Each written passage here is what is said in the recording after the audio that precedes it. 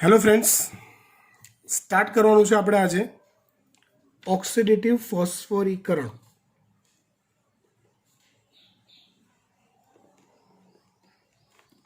Oxidative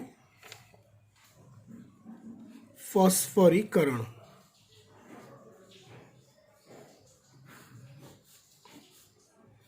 અથવા એને કહેવાય ઓક્સિડેટિવ ફોસ્ફોરાઇલેશન અથવા ઓક્સિડેટિવ ફોસ્ફોરાઇલેશન.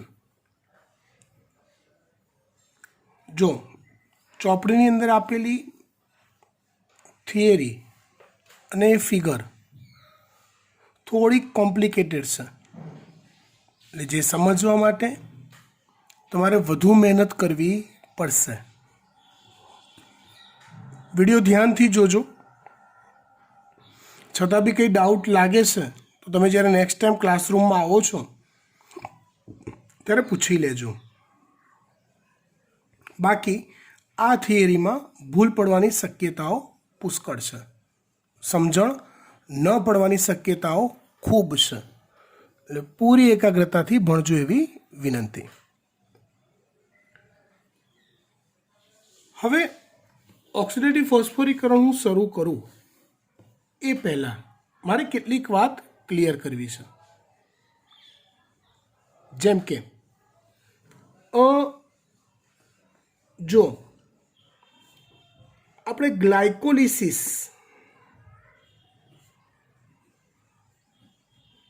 પ્રક્રિયા જોઈ, એ ગ્લાયકોલિસિસ પ્રક્રિયા દ્વારા આમ જોવા જાઓ તો આપણે કહીએ કે આપણને 2 એટીપી પ્રાપ્ત થયા. આવું જ થાય છે ને.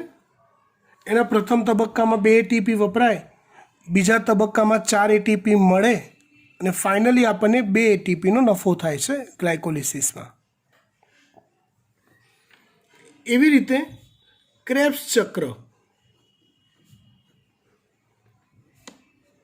તો યાદ કરો, એકવાર ક્રેબ્સ ચક્ર ફરે ત્યારે ઓલું આલ્ફા કીટોગ્લુટેરિક એસિડમાંથી સક્સિનિક એસિડ જ્યારે બને ત્યારે ઓલું જીટીપી બનતો હતું, ગ્વાનોસાઇન ટ્રાઇફોસ્ફેટ. એ જીટીપી જીડીપીમાં ફેરવાય અને એ ફોસ્ફેટ એડીપી દ્વારા સ્વીકારાય અને એડીપી એટીપીમાં ફેરવાય. આમ એક ક્રેબ્સ ચક્રમાં એક એટીપી આધારક આધારિત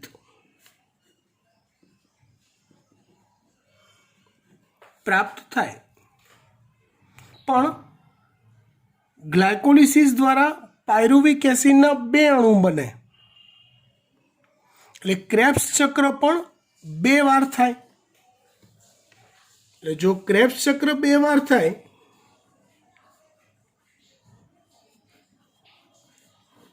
તો આ એટીપી એકની જગ્યાએ 2 થઈ જાય. આમ 2 એટીપી ગ્લાયકોલિસિસમાં અને 2 એટીપી ક્રેબ્સ ચક્રમાં. આમ ટોટલ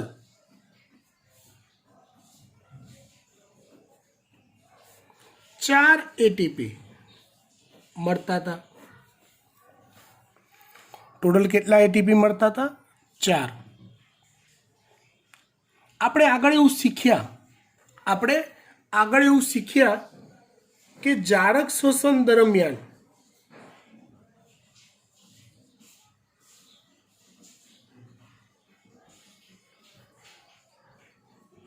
ગ્લુકોઝના એક અણુના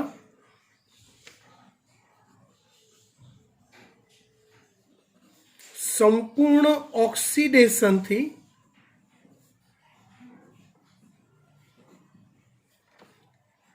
આડત્રીસ એટીપી મળે. જારક શ્વસનના 3 તબક્કા હોય: ગ્લાયકોલિસિસ, ક્રેબ્સ ચક્ર અને ઓક્સિડેટિવ ફોસ્ફોરીકરણ, જે આપણે જોવાનું છે. તો ટોટલ 38 એટીપી મળે છે દોસ્તો. 38 બે મોટી પ્રક્રિયાઓ આપણે શીખી લીધી, ગ્લાયકોલિસિસ નામની, ક્રેબ્સ ચક્ર નામની.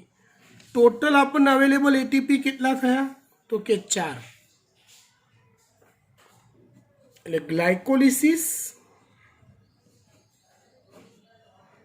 અને ક્રેબ્સ ચક્ર અથવા સાઇટ્રિક એસિડ ચક્ર દ્વારા કુલ 4 એટીપી મળે છે.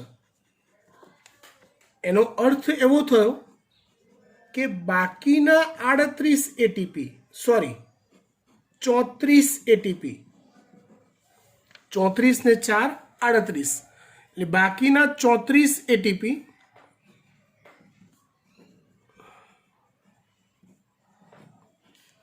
ઓક્સિડેટિવ ફોસ્ફોરીકરણ દ્વારા મળે છે. બાકીના 34 એટીપી ઓક્સિડેટિવ ફોસ્ફોરીકરણ પ્રક્રિયા દ્વારા પ્રાપ્ત થાય છે. ઇન શોર્ટ સમજી લો, સમગ્ર જારક શ્વસનમાં મેક્સિમમ એટીપી ગેઇનર પ્રક્રિયા છે ઓક્સિડેટિવ ફોસ્ફોરીકરણ.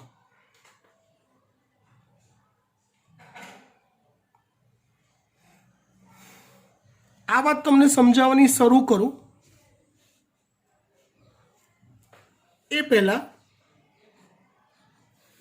એક વાત ક્લિયર કરીએ. ગ્લાયકોલિસિસ અને ક્રેબ્સ ચક્ર દરમિયાન ગ્લાયકોલિસિસ અને ક્રેબ્સ ચક્ર દરમિયાન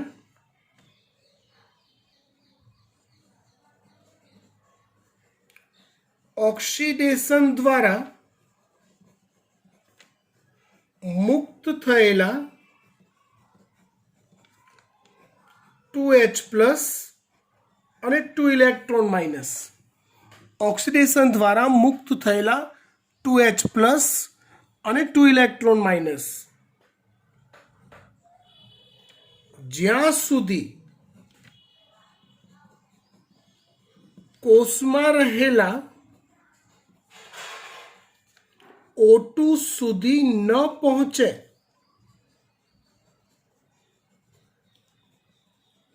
ત્યાં સુધી પૂર્ણ ઉર્જા એટલે કે પૂરેપૂરી ઉર્જા એટીપી સ્વરૂપની પ્રાપ્ત થતી નથી. પૂર્ણ ઉર્જા એટીપી સ્વરૂપની પ્રાપ્ત થતી નથી.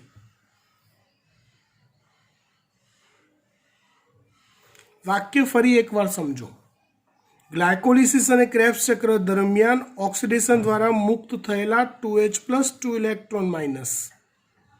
ઇટ મીન્સ જો ગ્લાયકોલિસિસ પ્રક્રિયા યાદ કરો તો જો આવે છે તો ગ્લાયકોલિસિસ પ્રક્રિયા યાદ કરો, એમાં એવું આવતું હતું ઓલું ગ્લુકોઝ, એમાંથી ગ્લુકોઝ 6 ફોસ્ફેટ, એમ બધું આગળ થતું જાય. એમાં ઓલું ખબર છે PgAl આવતું હતું, અહીંયા DHAP લખેલું હોય. હા, તો એ PgAl જે છે એમાંથી 2H+ 2 ઇલેક્ટ્રોન માઇનસ દૂર થાય અને એ NAD દ્વારા સ્વીકારાય ને NAD+ દ્વારા સ્વીકારાય અને એમાંથી NADH H+ બને.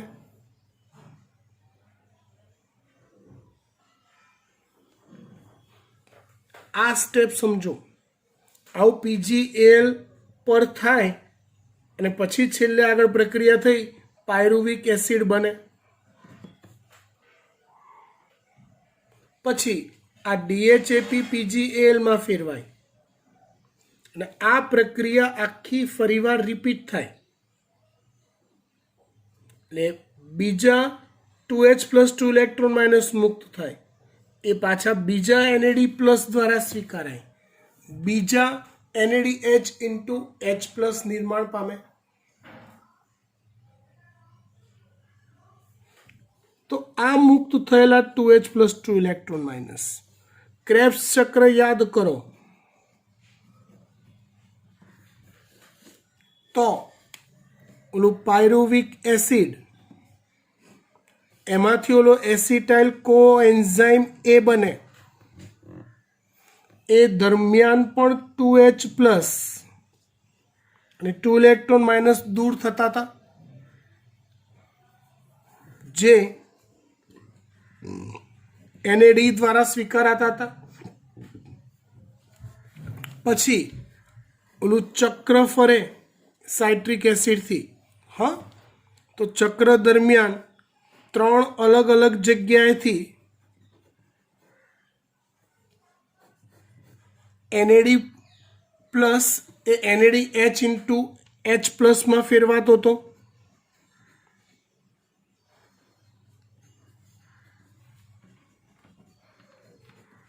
મતલબ આટલી જગ્યાએથી 2H+ 2 ઇલેક્ટ્રોન માઇનસ મુક્ત થતા હતા, જે NAD દ્વારા સ્વીકારાતા હતા. એવી રીતે એક બીજો 2H+ 2 ઇલેક્ટ્રોન માઇનસ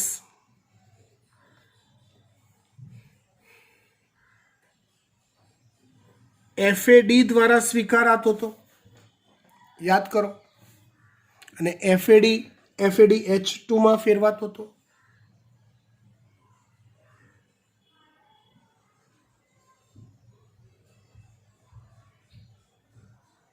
ક્લિયર? તો ગ્લાયકોલિસિસ દરમિયાન આપણને 2 ATP મળ્યા, એક ક્રેબ્સ ચક્રથી 1 ATP, પણ 2 પાયરુવિક એસિડના અણુ હોય એટલે 2 વાર ક્રેબ્સ ચક્ર ફરે એટલે બીજો એક ATP.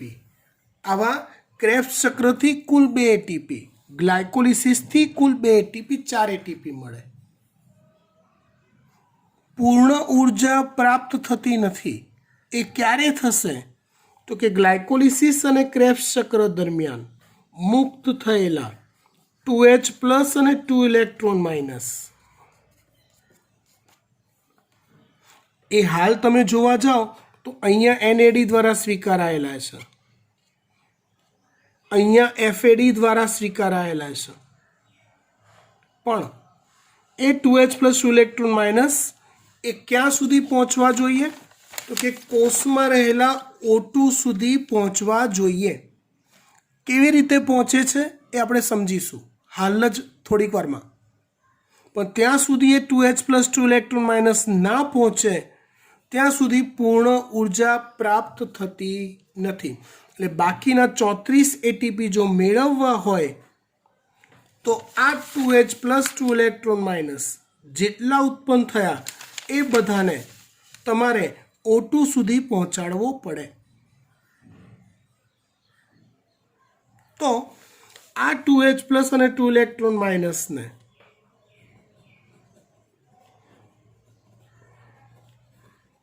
O2 સુધી પહોંચાડતો રસ્તો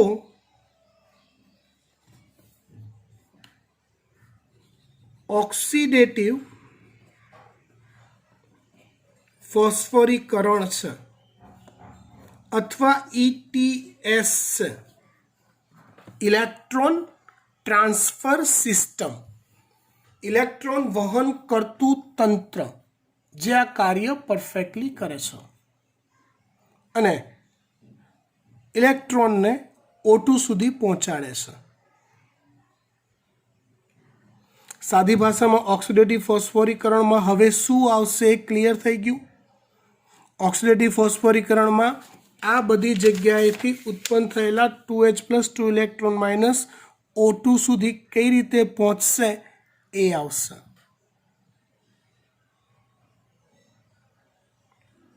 ડન? સારું.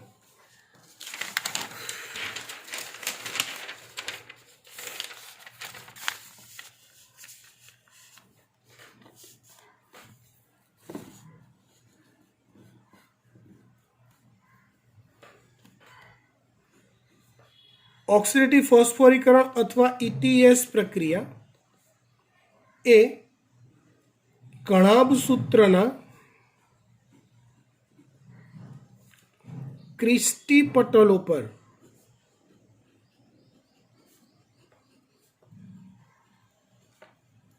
થાય છે. ETS પ્રક્રિયા ક્યાં થાય છે? કણાભ સૂત્રના ક્રિસ્ટી પટલો પર થાય છે. કયા પટલો પર થાય છે? કણાભ સૂત્રના ક્રિસ્ટી પટલો પર.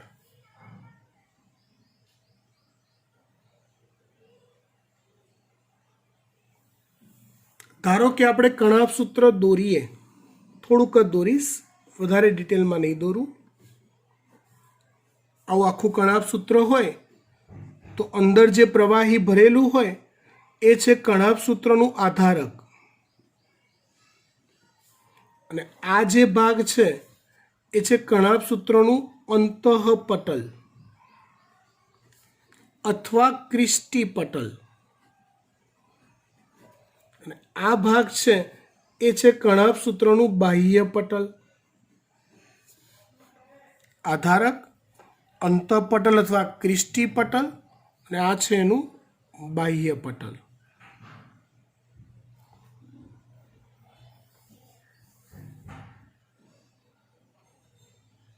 આધારકમાં થાય ક્રેબ્સ ચક્ર. હવે અંતઃપટલ પર થાય ઓક્સિડેટિવ ફોસ્ફોરીકરણ. આ જે છે એ બંને પટલ વચ્ચેનો અવકાશ છે, બાહ્ય પટલ અને અંતઃપટલની વચ્ચેનો.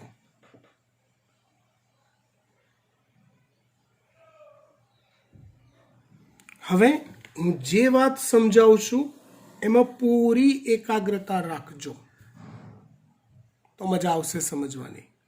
પૂરી એકાગ્રતા. અને ચલો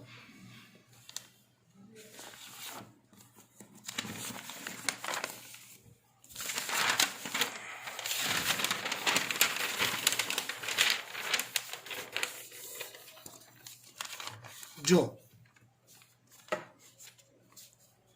અહીંથી ઉત્પન્ન થયેલો 2H + 2 ઇલેક્ટ્રોન માઇનસ NaD દ્વારા સ્વીકારાયો. પછી શું થયું? અહીંથી ઉત્પન્ન થયેલો 2H + 2 ઇલેક્ટ્રોન માઇનસ NaD+ દ્વારા સ્વીકારાયો. પછી એનું શું થયું? એ પછી શું થયું એ આપણે હાલ સમજીએ છીએ. ધ્યાન આપજો. જો બેટા, તમારી સમક્ષ હાલ જે મેં સ્ટ્રક્ચર મૂકેલું છે એમાં આ જે વિસ્તાર છે ને ઉપરનો, આ વચ્ચેનો આટલો વિસ્તાર એ છે કણાભ સૂત્રનું ક્રિસ્ટી પટલ અથવા અંતઃપટલ છે. આ છે કણાભ સૂત્રનું આધારક. આ છે કણાભ સૂત્રનું બાહ્ય પટલ, અને આ છે બંને પટલ વચ્ચેનો અવકાશ.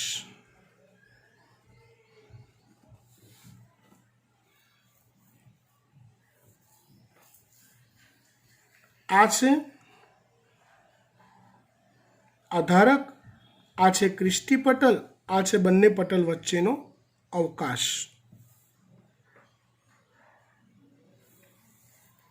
પહેલા આપણે એટલું જ સમજીએ છીએ કે ભાઈ 2H + 2 ઇલેક્ટ્રોન માઇનસનું થાય છે શું, પછી ATP ઉત્પન્ન કરવાની સ્ટોરીને આગળ વધારીશું. ડન. જો અહીંથી ઉત્પન્ન થયેલા 2H + 2 ઇલેક્ટ્રોન માઇનસ એ NAD+ દ્વારા સ્વીકારાયા અને NADH × H+ માં ફેરવાયા. તો હું સાવ દેશી ભાષામાં સમજાવું છું, સમજો. પછી જો આ ક્રિસ્ટી પટલ છે તો સૌથી પહેલાં એ NADH × જે H+ છે એનું ઓક્સિડેશન થાય છે. ઓક્સિડેશન થવું એટલે એમાંથી 2H પ્લસ 2 ઇલેક્ટ્રોન માઇનસ દૂર થાય છે, એટલે એમાંથી ફરી પાછો NAD પ્લસ બની જાય છે. આ પ્રક્રિયા કણાભ સૂત્રના આધારકમાં થયેલી છે, ક્રેબ્સ ચક્રમાં. તો એ NAD H into H plus પોતાની પાસેના 2H plus 2 electron minus cristae પટલમાં આપી દેશે. કોને આપે છે? તો કે FMN ને આપે છે. કોને આપે છે? FMN ને.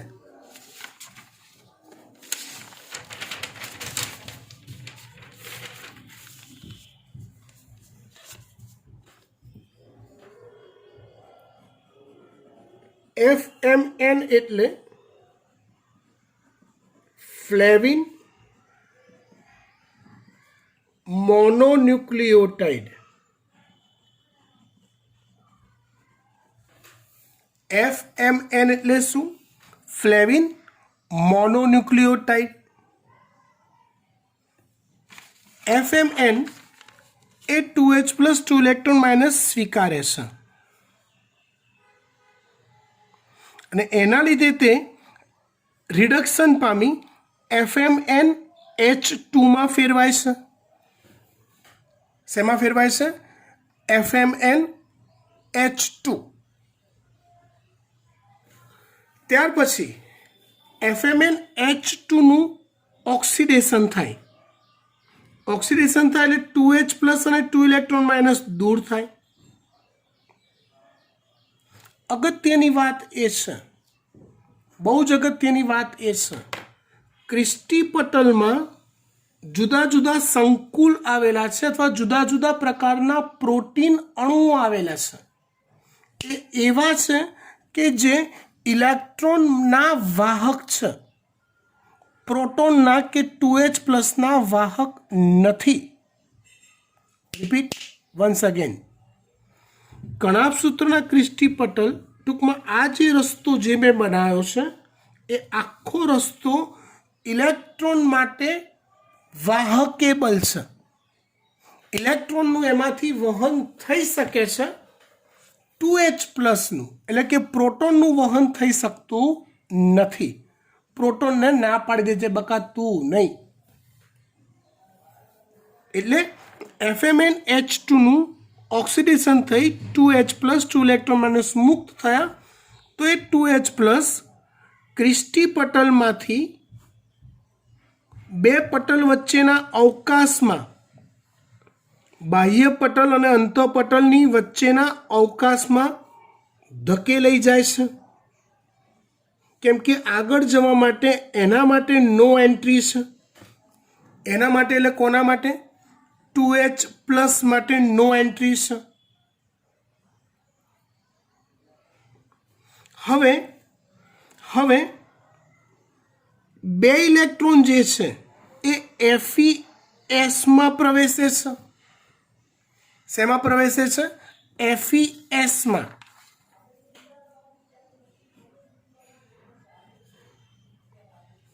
FeS એટલે થાય આયન સલ્ફર સંકુલ. FeS એટલે શું થાય?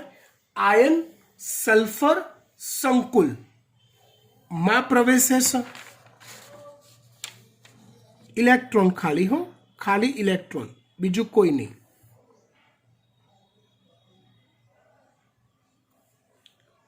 એક ઇલેક્ટ્રોન FeS માંથી UQ માં પ્રવેશે છે. હાલ FADH2 ને જોશો નહીં, જુઓ પણ એને ગણકારશો નહીં, એને સાઈડ પર રાખો. આપણે હાલ NADH2 માંથી જે 2H પ્લસ 2 ઇલેક્ટ્રોન માઇનસ દૂર થયા એનું શું થાય છે એ જ સમજીએ છીએ. આને હાલ જોતા નહીં. શું થયું? તો કે NADH ઇન્ટુ H પ્લસ હતું, એનું ઓક્સિડેશન થયું, NAD પ્લસ બન્યું. 2H પ્લસ અને 2 ઇલેક્ટ્રોન માઇનસ દૂર થયા, જે FMN ફ્લેવિન મોનોન્યુક્લિયોટાઇડ દ્વારા સ્વીકારાયા. એટલે FMN નું રિડક્શન થઈ FMNH2 બન્યું. એનું રિડક્શન થઈ FMNH2 બન્યું. એ FMNH2 નું ફરી પાછું ઓક્સિડેશન થાય છે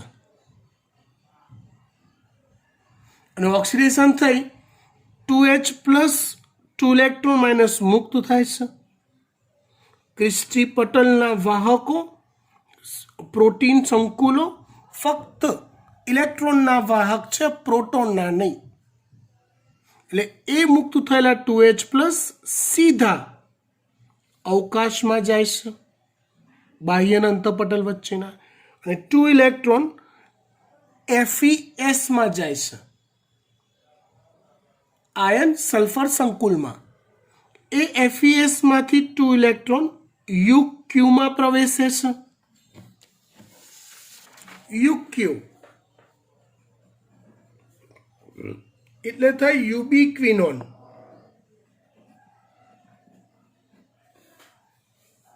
UQ એટલે થાય યુબિક્વિનોન. યુબિક્વિનોન ઇલેક્ટ્રોન મેળવે છે. સમજજો હો, ધ્યાનથી સમજજો. યુબિક્વિનોનની ખાસિયત એ છે કે ચલિત છે, અંદર પટલમાં આંટાફેરા મારી શકે છે. એ યુબિક્વિનોન ઇલેક્ટ્રોન મેળવે એટલે ઋણ વીજભારિત થાય. ઋણ વીજભારિત યુબિક્વિનોન હવે તલપાપડ થાય છે. હાઇડ્રોજન આયન માટે, પ્રોટોન માટે, કેમ કે પોતે ઋણ વીજભારિત છે અને તટસ્થ થવું છે. એટલે એ યુબિક્વિનોન -2 2 ઇલેક્ટ્રોન મેળવ્યા એટલે આધારકમાંથી રખડતા રઝળતા બીજા કોઈ 2H પ્લસ સ્વીકારી લે છે. સ્વીકારી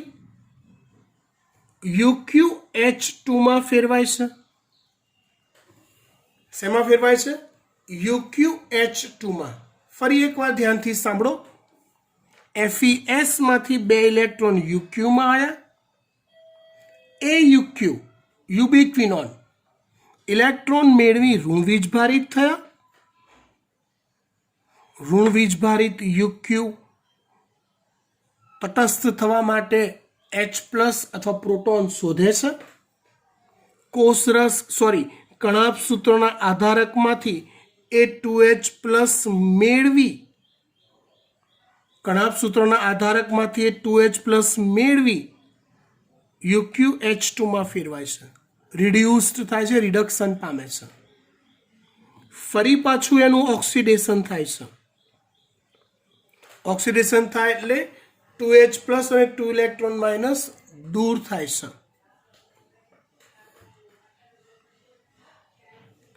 फरी पाछो एज नियम 2H प्लस को हम क्रिस्टी पटल में आगे नहीं जाने दे सकते, रिस्ट्रिक्टेड एरिया है.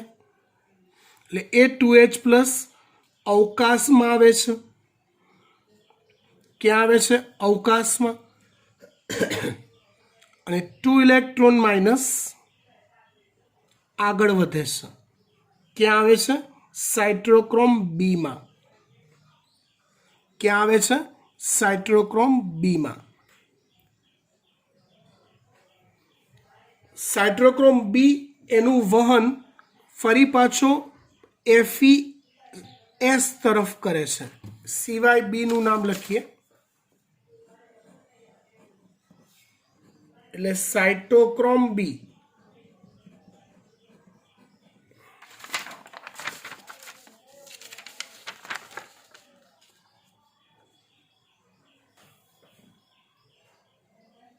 સાઇટ્રોક્રોમ બી એ ઇલેક્ટ્રોનનું વહન FeS તરફ કરે છે.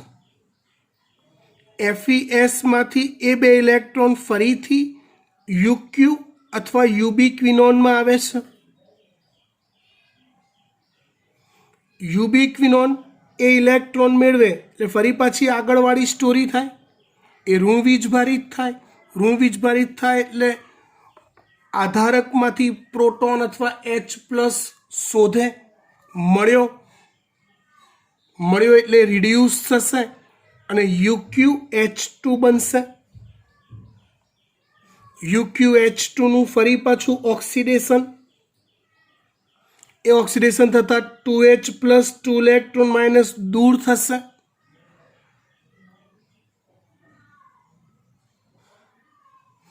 દૂર થયેલા 2 ઇલેક્ટ્રોન માઇનસ સાઇટોક્રોમ C1 દ્વારા સ્વીકારાશે. H+ બહાર જતા રહ્યા, 2 ઇલેક્ટ્રોન સાઇટોક્રોમ C1 દ્વારા સ્વીકારાયા. એ સાઇટોક્રોમ C1 માંથી ઇલેક્ટ્રોન સાઇટોક્રોમ C માં આવશે.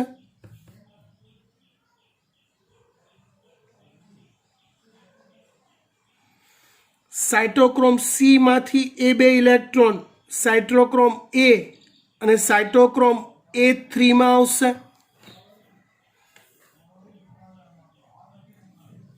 સાઇટોક્રોમ A3 માંથી એ ઇલેક્ટ્રોન આધારકમાં રહેલા વનાફ O2 દ્વારા સ્વીકારાશે. આધારકમાં રહેલા કોણ? વનાફ O2 દ્વારા સ્વીકારાશે. વનાફ O2 એ ઇલેક્ટ્રોન મેળવી ઋણ વીજભારિત થશે, જે આધારકમાંથી નવા 2H+ કે પ્રોટોન શોધી H2O માં ફેરવાશે. એ તો ખબર પડે ને, 2H+ into વનાફ O2 minus gives H2O. આ રીતે O2 સુધી ઇલેક્ટ્રોન પહોંચી જાય છે અને એ O2 પ્રોટોન મેળવીને H2O માં ફેરવાય છે. એ O2 પ્રોટોન મેળવીને H2O માં ફેરવાય છે.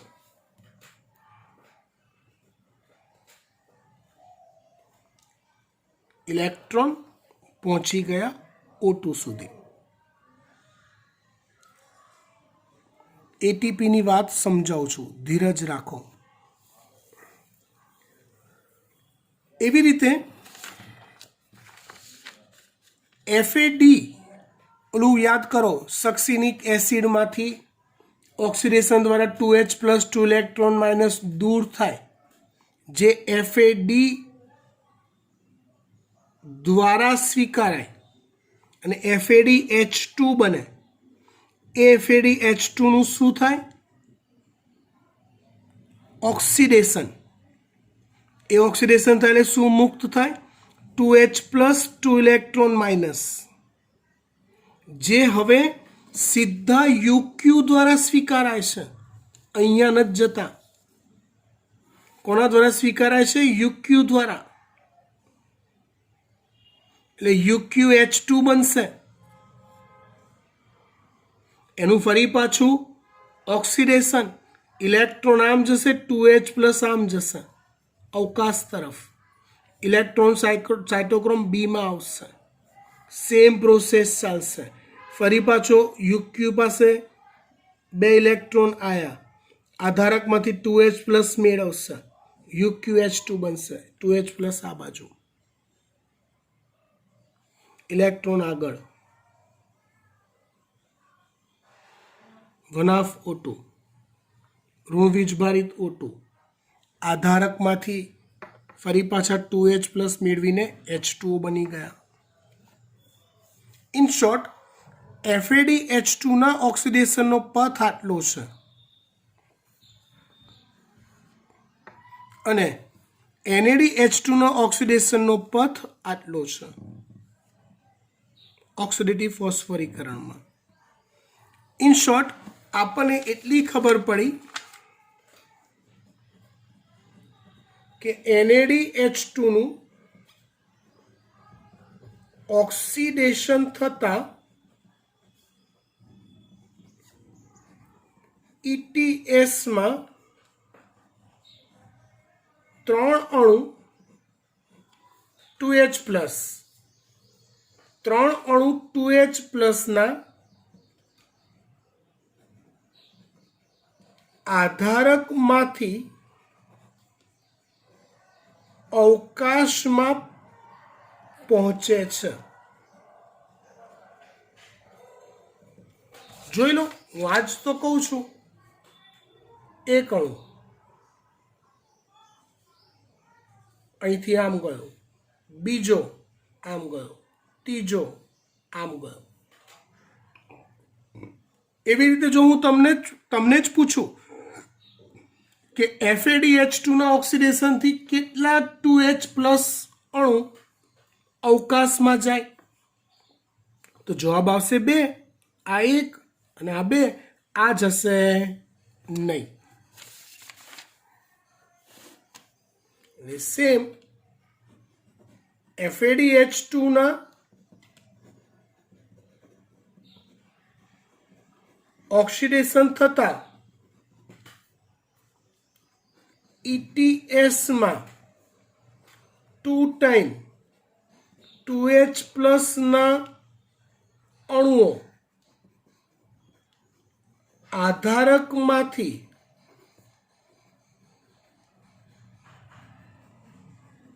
અવકાશમાં પહોંચે છે.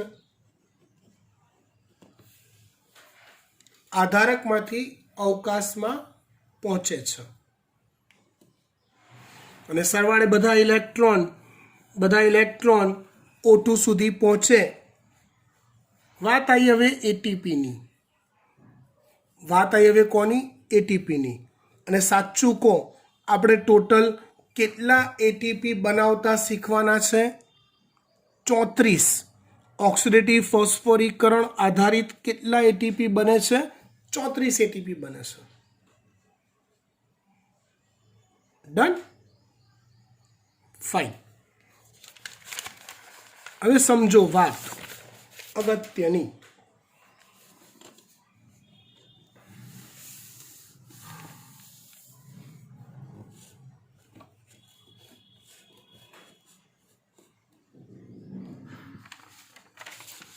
આકૃતિમાં નીચે જુઓ તો આ જે લાલ કલરનો ભાગ બતાવ્યો છે ને, લાલ કલરનો, એ એટીપી સિન્થેટેઝ ઉત્સેચક છે. તમને જો પ્રકાશ સંશ્લેષણ વાળા ચેપ્ટરમાં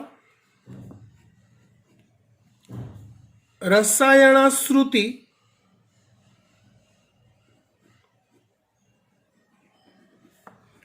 અધિતર્ક જો યાદ હોય તો, આ અધિતર્ક મુજબ એવું હતું, તે પ્રોટોનના ઢોળાંશને અનુસરે છે.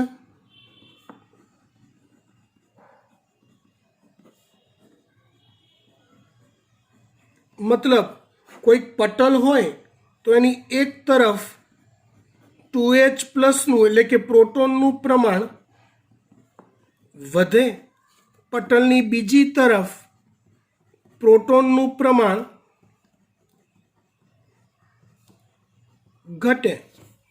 એક તરફ પ્રોટોનનું પ્રમાણ વધે, એક તરફ પ્રોટોનનું પ્રમાણ ઘટે.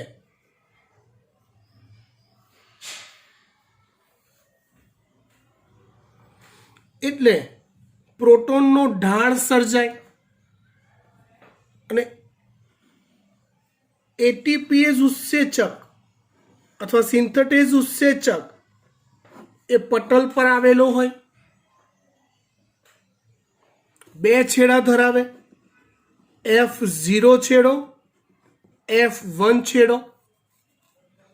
એ 2H પ્લસ વધુ પ્રમાણથી ઓછા પ્રમાણ તરફ F0 થી F1 તરફ જાય.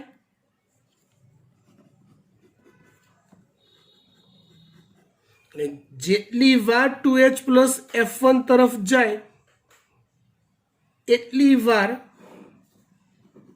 એડીપીનું ફોસ્ફોરીકરણ થઈ એટીપી બને. આવું ઓલા હરિતકણમાં આવેલા થાઇલેકોઇડ પટલ પર આવતું હતું, યાદ કરો, ના યાદ આવતું હોય તો એકવાર એ જોઈ લો.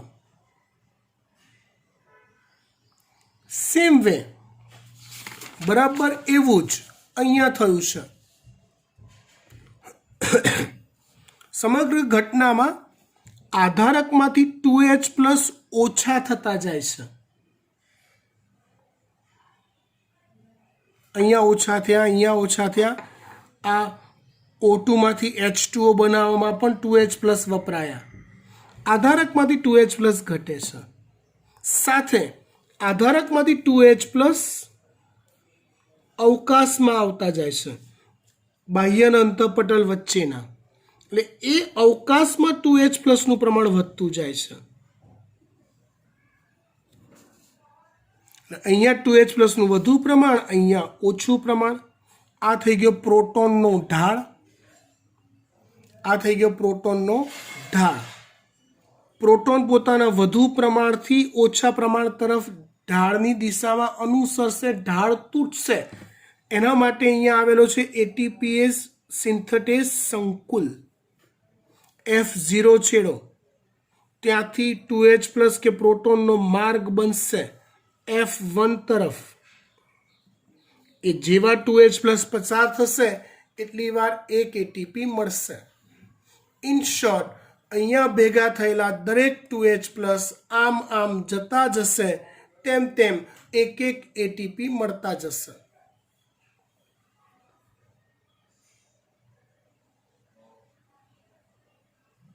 હવે આપણે ચેક કરવાનું છે કે ચલો એક NAD+ NADH × H+ નું ઓક્સિડેશન થાય તો કેટલા 2H+ અવકાશમાં આવે? તમે કહેશો કે 3 2H+ અવકાશમાં આવે. હા, આ રીતે આનું ઓક્સિડેશન, એક 2H+, ઇલેક્ટ્રોન તો ફરવાનો, UQ, બીજો 2H+, ત્રીજો 2H+,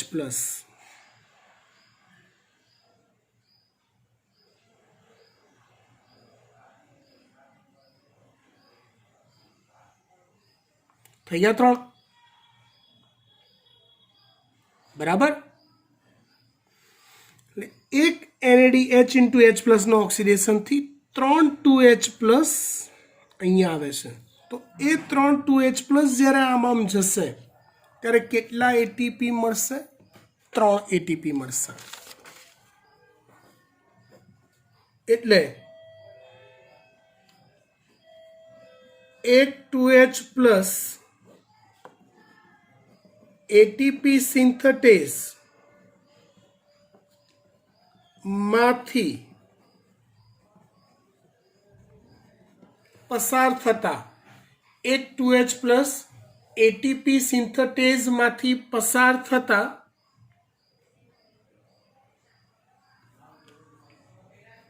એક ATP મળે. તો 3 2H+ ATP સિન્થેટેઝ માંથી પસાર થતા 3 ATP મળે. ઇન શોર્ટ, એક NADH × H+ ના ઓક્સિડેશનથી 3 ATP મળે.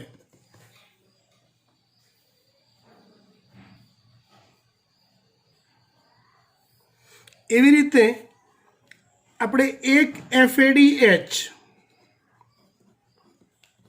× H+ ના ઓક્સિડેશનથી વિચારો તો 2 ATP મળે.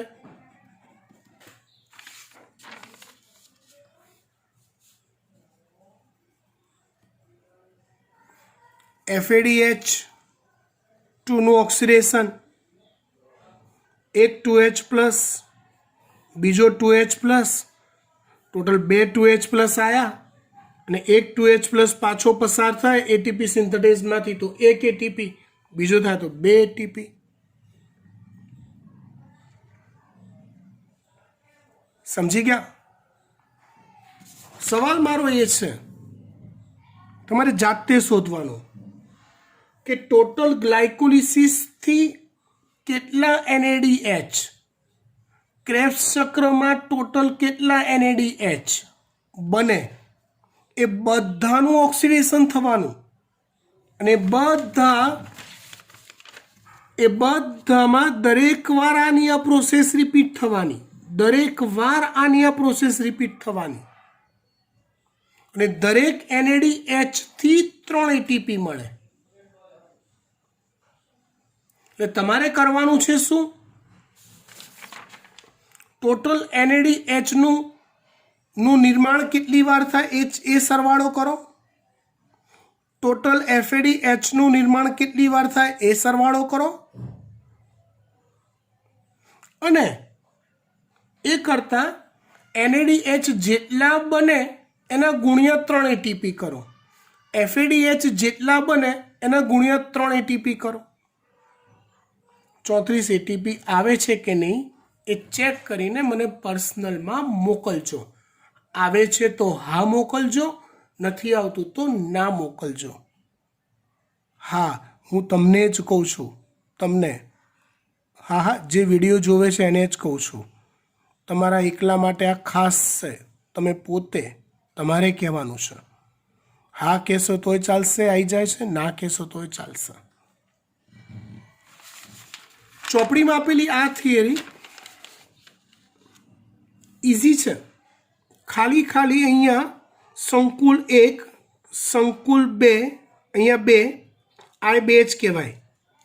આ સંકુલ 3 અને આ સંકુલ 4, આવા 4 ભાગ પાડેલા છે.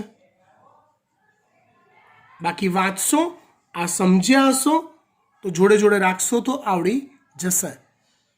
થિયરી તૈયાર કરવામાં ટાઈમ વધુ આપવો પડશે. આજે જ આપજો ટાઈમ, આજે જ, એટલે આવડી જશે. Okay, done.